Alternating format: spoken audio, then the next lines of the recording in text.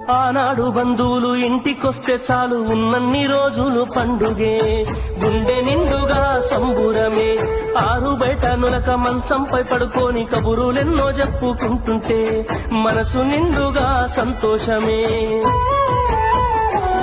వాళ్ళు తిరిగి ప్రయాణం అవుతుంటే ఇంకో రోజుంటే బాగుందనిపించి ఎక్కే బస్సు వచ్చి వెళ్ళిపోయేదాకా చెప్పులు దాచిన జ్ఞాపకమే. బరువైన గుండెతో బాధపడేది కన్నీళ్లతోనే సాగనంపేది, బరువైన గుండెతో బాధపడేది కన్నీళ్లతోనే సాగనంపేది. ఆనాటి ప్రేమలు ఏమాయరో, బంధాలు బంధుత్వమెటువాయరా. డబ్బు బంధాలే మిగిలేనురో, మనుషులే దూరమయ్యేనురా.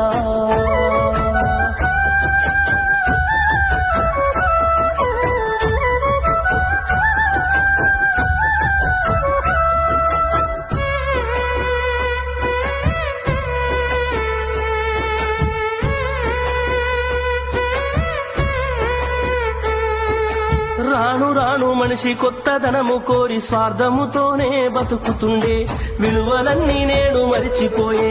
అయిన వాళ్లతో అనుబంధమంటే మొక్కుబడులుగా మారిపోయే, రక్త సంబంధాల ఉనికి మంట గలిసే. ఒకటే ఊరిలో ఉంటున్నా ఏడాదికోసారి కలుసుడాయే, ధనవంతులుగా కొంత మారిపోతే నిరుపేద బంధువుల మరిసిపోయే. డబ్బున్న వాళ్లకు ఒక తీరు మర్యాద, నిరుపేద బంధువులకింకొక మర్యాద. డబ్బున్న వాళ్లకు ఒక తీరు మర్యాద, నిరుపేద బంధువులకింకొక మర్యాద. ఆనాటి ప్రేమలు ఏమాయరో, బంధాలు బంధుత్వమెటువాయరా. ఆనాటి ప్రేమలు ఏమాయరో, బంధాలు బంధుత్వమెటువాయరా.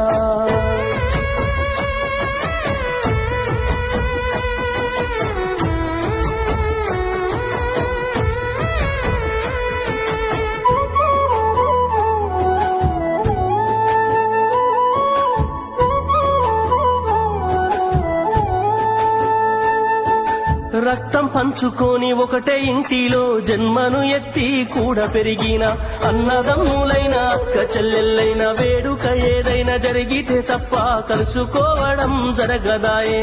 మనసారా మాట్లాడుకోరాయే.